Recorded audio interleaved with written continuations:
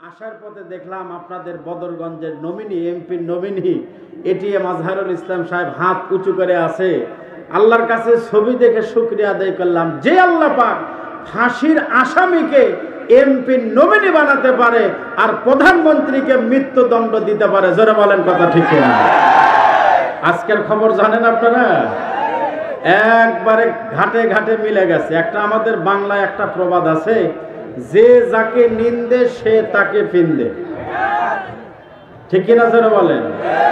পালাবো না, ওরাই পালাছে। আল্লাহ পাক আমাদের কত সুন্দর ভাগ্যে লিখেছেন যে এত সুন্দর একটা ভাগ্য আমরা পেয়েছি। আমরা কোনোদিন ভাবিনি আমরা পালাতে দেখব, কারণ ওরাই তো বলেছিল পালাবো না। যারা বলেন কথা ঠিক কিনা? সম্মানিত ভাইরা আমার, বড় দুঃখ লাগে, বড় আফসোস লাগে যে বাংলাদেশে 90% মুসলমানের বসবাস। এই বাংলাদেশে কোরআনের মাহফিল করতে কেন অনুমতি নেওয়া লাগবে? জোরে বলেন কথা ঠিক কিনা?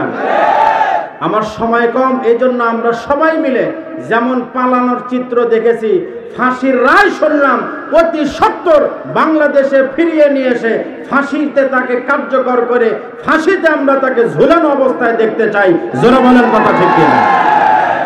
কারণ এই রংপুরের মাটি থেকে এই গণজাগরণ শুরু হয়েছিল, এই গণ অভ্যুত্থান রংপুরের মাটি থেকেই শুরু হয়েছিল সারা বাংলাদেশে। জোরে বলেন কথা ঠিক কিনা? এজন্য রংপুরের কারা কারা আছেন হাত তুলে একটা তাকবীর দেন। লিল্লাহে তাকবীর, লিল্লাহে তাকবীর।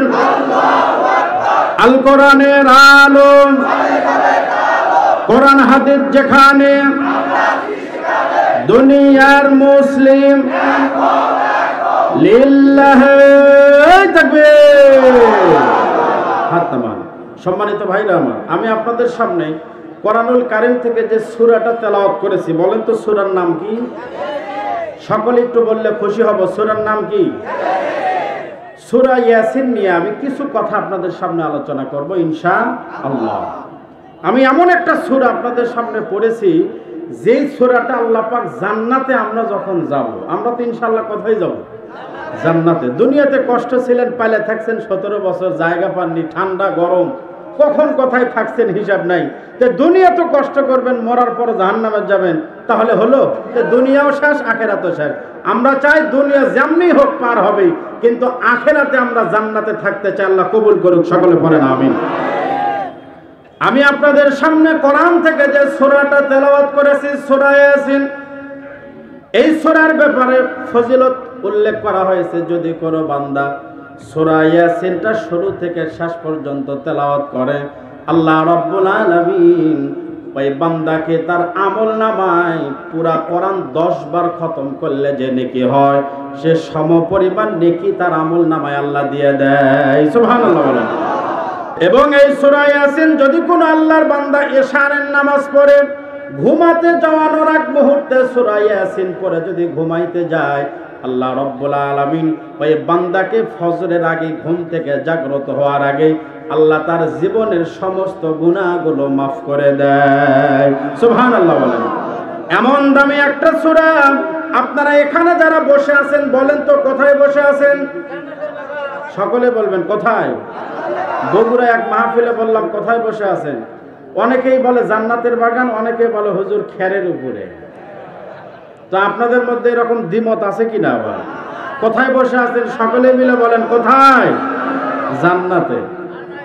এখানে আমরা যারা বসে আছি, এই মাহফিলের আলোচনাগুলো শুনে যারা জীবনে বাস্তবায়ন যারা করতে পারবো, ঢুকেছিলাম জাহান্নামের আসামি হয়ে, আল্লাহ পাক বের করার সময় জান্নাতি খাতায় নাম লিখে হয়তো বের করতে পারেন। জোরে বলেন কথা ঠিক কিনা?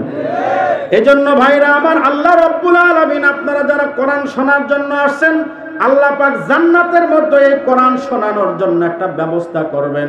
এই কোরআন শোনানোর জন্য আল্লাহ পাক জান্নাতে বিশাল একটা কনফারেন্স করবেন। ওই জান্নাতের মধ্যে তেলাওয়াত করবেন 2 জন নবী। একজন নবীর নাম হলো দাউদ নবী। কোন নবী? দাউদ আলাইহিস সালামকে আল্লাহ পাক জান্নাতে তেলাওয়াত করতে বলবেন। দাউদ নবীর তেলাওয়াত শুনে জান্নাতীরা পাগল হয়ে যাবে। আল্লাহ বলবে, আল্লাহ আমরা দুনিয়াতে বহু কণ্ঠ শুনেছি, এত সুন্দর কণ্ঠ জীবনেও শুনে নাই। আল্লাহ আপনি দাউদ নবীর তেলাওয়াত বন্ধ করবেন না, এক পর্যায়ে আল্লাহ দাউদ নবীর তেলাওয়াতটা বন্ধ করে দেবেন। এবার জান্নাতীরা বলবেন, আল্লাহ আপনি দাউদ নবীর তেলাওয়াত কেন বন্ধ করলেন? আল্লাহ বলবেন, ও আমার জান্নাতি বান্দারা, তোমরা যে নবীর কণ্ঠের তেলাওয়াত শুনে পাগল হয়ে গেছো, আচ্ছা বলো তো এই কোরআনকে আমি দাউদ নবীর উপরে নাজিল করেছি?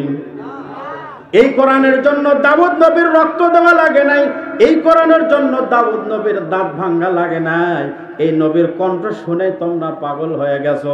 এই কোরআনের জন্য যিনি রক্ত দিয়েছেন, এই কোরআনের জন্য যারা যিনি দান মোবারক ভেঙ্গেছেন, এই কোরআনের জন্য যিনি 3টা বছর শিয়াবে আবি তালিবে জিল খেটেছেন, এই কোরআন আমি যার উপর নাজিল করেছিলাম, এবার তিনি তোমাদের সামনে কোরআন তেলাওয়াত করবেন। আল্লাহু আকবার বলেন। তাহলে কোরআনের কথা বলতে গিয়ে যেই নবীর উপরে নাজিল হলো, ওই নবীর উপরে বিপদ ছিল কিনা? এজন্য কোরআনের দল যদি করতে যান, তাহলে অনেক দিন বউ বাচ্চার কাছে থাকার কপালও নাও হতে পারে। জোরে বলেন ঠিক কিনা? আমার আপনার নবী যে তেলাওয়াত করবেন, জান্নাতের আগে নবীর কথা ভুলে যাবে। আল্লাহ বলবেন, আল্লাহ এই নবীর তেলাওয়াত যেন বন্ধ না হয়। আমার আপনার নবীর তেলাওয়াত এত সুন্দর, কাফেররা দিনের বেলায় নবীর বিরোধিতা করে, আর রাতের বেলায় অন্ধকারে লুকিয়ে লুকিয়ে নবীজির তেলাওয়াত তারা শুনতো। জোরে বলেন ঠিক কিনা? নবীজির তেলাওয়াত চলতে থাকবে, এক পর্যায়ে আল্লাহ আমার আপনার নবীর তেলাওয়াতটা বন্ধ করে দিবেন। জান্নাতীরা বলবেন, আল্লাহ এত সুন্দর সুমধুর কণ্ঠের তেলাওয়াত কেন বন্ধ করলেন? আল্লাহ রাব্বুল আলামিন ডাক দিয়ে বলবেন, এতক্ষণ যে নবীর কণ্ঠে তেলাওয়াত শুনেছো, আচ্ছা বলো তো এই কোরআন যে কণ্ঠে তারা শোনাইলো, এই কোরআন কার দেওয়া কোরআন?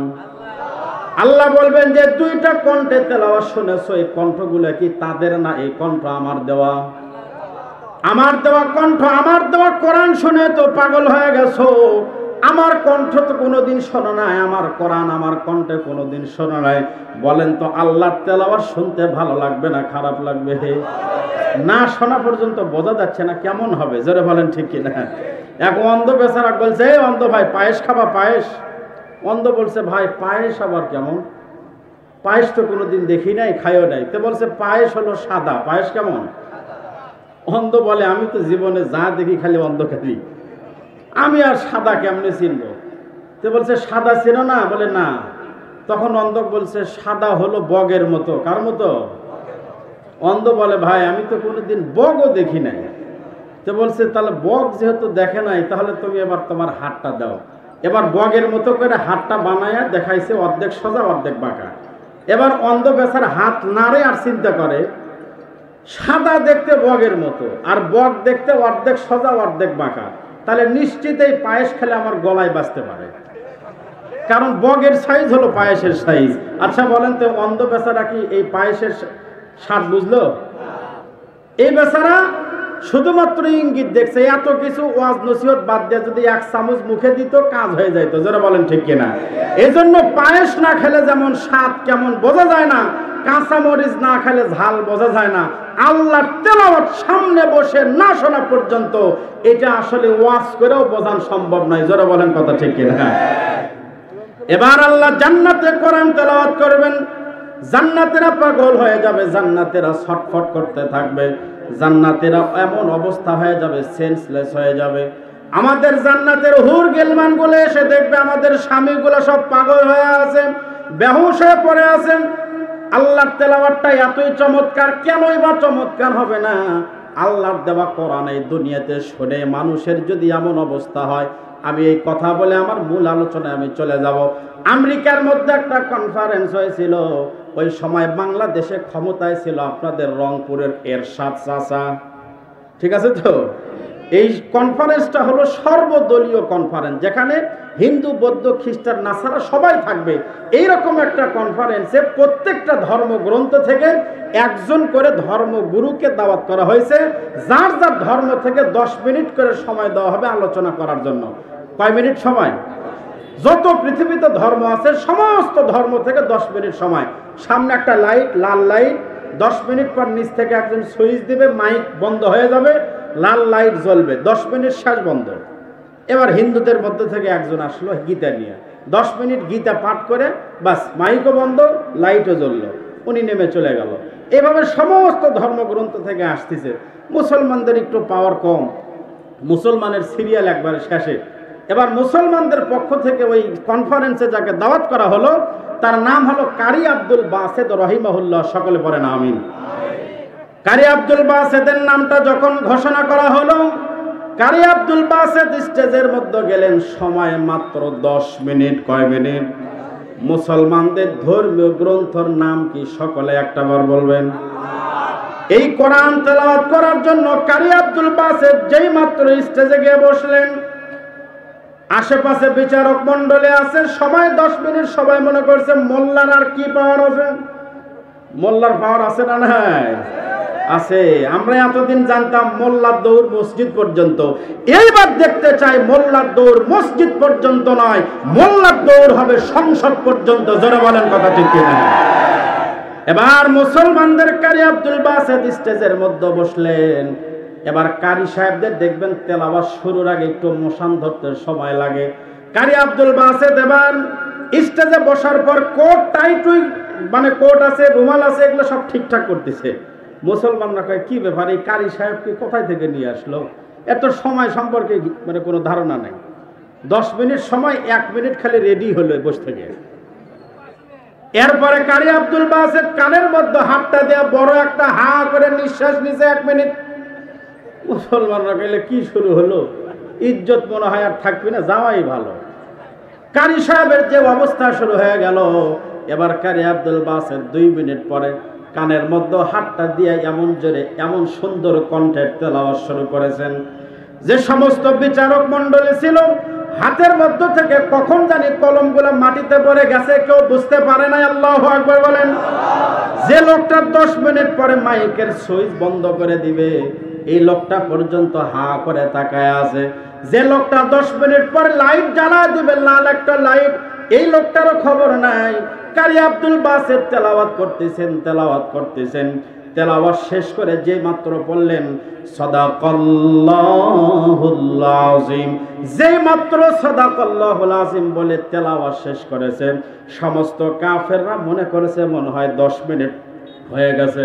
এবার ঘড়ির কাঁটার দিক তাকায় দেখে কিসের 10 মিনিট, 2 ঘন্টা কোন দিকটা পার হয়ে গেছে কেউ বুঝতে পারে না। আল্লাহু আকবার বলেন। কারি আব্দুল বাসেদ এবার স্টেজ থেকে নেমে যাবেন। কাফের মুশরিকরা পর্যন্ত ডাকদা বলল কই যান? বলে সময় তো শেষ। বলে কেমনে গেল 2 ঘন্টা বুঝতে পারি নাই, মনে করছি 10 মিনিট হলো। আগের গুলা 10 মিনিট শুনতে বিরক্ত লাগতো, কিন্তু মুসলমানদের ধর্মীয় গ্রন্থ আল কোরআন এত ভালো লেগেছে, 2 ঘন্টা কোন দিক দিয়ে গেছে বুঝতে পারি নাই। বসেন কারি আব্দুল বাসেদ, আপনি বসেন, আবার তেলাওয়াত করে আমাদের দিলগুলো আপনি ঠান্ডা করে দেন। আল্লাহু আকবার বলেন। কারি আব্দুল বাসেদ আবার তেলাওয়াত করলেন। ঘটনা বর্ণিত হয়েছে এইভাবে, ওই মজমা থেকে দ্বিতীয়বার তেলাওয়াত শেষ করে যখন কারি আব্দুল বাসেদ স্টেজ থেকে নামতে যাবেন, ওই মুহূর্তে ওই মজমার মধ্য থেকে 1 জন 2 জন নয়, 80 জন যুবক খ্রিস্টান, 80 জন খ্রিস্টান যুবক কালেমা পড়ে কারি বাসেদের হাতের মধ্যে হাত রেখে মুসলমান হয়ে যায়। আল্লাহু আকবার। তাহলে বলেন তো এই কোরআনের পাওয়ার আছে না নাই? কম না বেশি? কোরআন শুনলে মানুষের মাঝে কি হয়? ঈমান বাড়ে, অ্যাকশন হয়। কি হয়? গান শুনলে কি হয় ভাই? রিঅ্যাকশন। জ্ঞান বাড়ে। চাচা কয় কি বাড়ে? জ্ঞান বলে বাড়ে। কোরআন শুনলে হয় অ্যাকশন, গান শুনলে হয় রিঅ্যাকশন। এই কোরআন শুনে বহু চোর ডাকাত, বহু বদমাইশ, বহু জেনাকার, বহু সুদখোর, বহু ঘুষখোর ভালো হয়ে গেছে। গান শুনে কয়জন 5 ওয়াক্ত নামাজি আছে বলেন তো? একজনও না। এই জন্যই তো মাদ্রাসায় যারা কোরআন পড়ে এরা ছোটবেলা থেকেই বস থেকে পেশাব করে। যারা বলেন ঠিক কিনা? আর যারা স্কুল কলেজে পড়ে, আমি স্কুল কলেজের বিরুদ্ধে না, সবাই না, এরা বড় হওয়ার পরও বসে থেকে মনে পেশাবই করতে পারে না। আর এই মাদ্রাসায় যান দেখেন, একটা বাচ্চা খালি পেশাব করবি না, ঢিলে ব্যবহার করবি, এরপরে পানি নিবি, এরপরে ওযু করবে, তারপরে কোরআন ধরবে। যারা বলেন কথা ঠিক কিনা? তাহলে এই মাদ্রাসাগুলি যদি আপনারা টিকে রাখেন, বলেন তো আপনাদের লাভ না লস? এটিএম আজহারুল ইসলাম এনারা আপনাদের সম্পদ। এনারা যদি বাংলাদেশের ক্ষমতায় যায় তাহলে বাংলাদেশের অর্থ বাংলাদেশেই থাকবে, কানাডার বেগম পাড়ায় পাচার হবে না। জোরে বলেন কথা ঠিক কিনা? এই মাদ্রাসার ছাত্ররা আপনাদের জাতীয় সম্পদ। এনাদের যখন আপনারা ঘুমায় থাকেন, এই বাচ্চারা ওই সময় রাতের বেলা তাহাজ্জুদের সময় উঠে এই বাচ্চারা কোরআন পড়ে। আপনার বাবা মা কবরে গেছে, তাদের কবরে শান্তির বাতাস, শান্তির আবহাওয়া চালু করে দেয় এই মাদ্রাসার ছাত্ররা। তবে আসার পরে শুনে বহু কষ্ট পাইলাম, বহু ব্যথিত হয়েছে আমি। আসার পরে আমাকে মোহতামিম সাহেব হুজুর বললেন, হুজুর বড় কষ্ট হয়, আমাদের মাদ্রাসায় বাচ্চারা আবাসিকে আছে, অনাবাসিকে আছে, একটু বসবে যে একটু আরামদায়ক একটা বিছানা পর্যন্ত এই মাদ্রাসায় নাই। ভাইরা আমার, আল্লাহ যদি আপনাকে সম্পদ দেয়, আপনি পেট ভরে খাইলেন, খুব ভালো থাকলেন, হাসরের ময়দানে একদল মানুষকে আল্লাহ বলবে ওদেরকে জাহান্নামে দাও। আমি দুনিয়াতে আমি অসুস্থ ছিলাম, আমাকে চিকিৎসা করায় নাই। আমি দুনিয়াতে পিপাসিত ছিলাম, আমাকে পানি পান করায় নাই। আমি দুনিয়াতে ক্ষুধার্ত ছিলাম, আমাকে এরা খাবার দেয় নাই। ওই সময় বান্দারা আল্লাহ বলবে, আল্লাহ আপনি আবার কবে অসুস্থ হলেন? আল্লাহ কি অসুস্থ হয়? আল্লাহ আপনাকে আবার কোন দিন ক্ষুধা লাগলো, আপনাকে আবার কোন দিন পিপাসা লাগলো? আল্লাহ বলবে, আমি অসুস্থ ছিলাম না, আমি পিপাসিত ছিলাম না, আমি ক্ষুধার্ত ছিলাম না, আমার বান্দা ক্ষুধার্ত ছিল, সে না খেয়ে রাত কাটাইছে। আর তুমি বান্দা, তোমার অনেক সম্পদ দিয়েছিলাম, তুমি পেট ভর্তি খায়া সারা রাত ঘুম পাড়ো, সকাল 12টা পর্যন্ত উঠো না, তোমার পাশের প্রতিবেশীর খোঁজ নাও না, এই কারণে আজকে তুমি জাহান্নামে যাবে। নাউজুবিল্লাহ বলেন। এই জন্য আপনাদের মাদ্রাসা, আপনাদের এই প্রতিষ্ঠান, এখান থেকে জাতির শ্রেষ্ঠ সন্তানরা বের হবে, এখান থেকে কোরআনের পাখিরা বের হবে, আল্লামা সাইদির মতো ব্যক্তিরাই এই কোরআন থেকে, এই মাদ্রাসা থেকে বের হবে। জোরে বলেন কথা ঠিক কিনা? এই জন্য এই কোরআন যারা ভালোবাসেন, আমি আপনাদের সামনে আমার আলোচনা, আল্লাহর কোরআন তেলাওয়াতটা কেমন হবে, নবীজির কোরআন তেলাওয়াতের কথা বলেছি, কারি বাছেদের তেলাওয়াতের দৃষ্টান্ত দিয়েছি, আল্লাহর তেলাওয়াতের দৃষ্টান্ত দিতে চাই। তার আগে আমি আপনাদের মাঝে এই মাত্র এই 30টা পারা কোরআনের নামে 30 জন মানুষ, খুব বেশি নয়, এই মাদ্রাসার জন্য, এই মাদ্রাসার নাম বক্সিগঞ্জ জামিলা খাতুন।